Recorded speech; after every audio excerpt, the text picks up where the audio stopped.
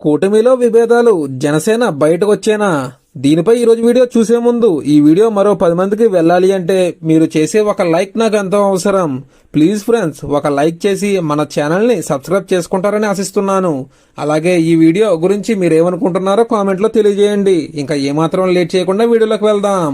ఆంధ్రప్రదేశ్లో ఓవైపు కూటమి పాలన కొనసాగుతున్నా మరోవైపు లోపల సంఘర్షణల గురించి చర్చలు మళ్లీ మొదలయ్యాయి.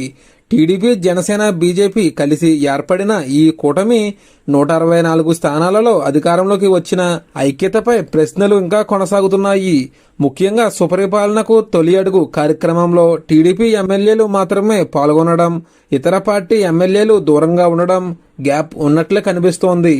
ఇదే సందర్భంలో బీజేపీ నేత విష్ణుకుమార్ రాజు ఇచ్చిన స్టేట్మెంట్ తమ పార్టీకి తగిన షేర్ ఇవ్వాలని కోరడం కూటమిలో ఓ అసంతృప్తిని బహిర్గతం చేసింది. అలాగే సూపర్ 6 ప్రోగ్రాం క్రెడిట్ మొత్తం టీడీపీ పార్టీకే వెళ్తుందని భావన మిత్రపక్షాలైన జనసేన, బీజేపీ పార్టీల మధ్య వ్యత్యాసాన్ని బయటపెట్టింది. ఈ తరుణంలో ప్రకాశం జిల్లాలో ఉప ముఖ్యమంత్రి పవన్ కళ్యాణ్ చేసిన వ్యాఖ్యలు హాట్ టాపిక్ అయ్యాయి. కూటమిని ఒక పిడికిలిగా చెప్పిన ఆయన అన్ని వేళ్లు సక్రమంగా ఉంటేనే పిడికిలి అవుతుందని, ఏ వేలు లేకపోయినా అది పనిచేయదు అన్నారు. అంటే కూటమిలో ప్రతి పార్టీ సమానంగా ఉండాలని పరోక్షంగా చెప్పారు.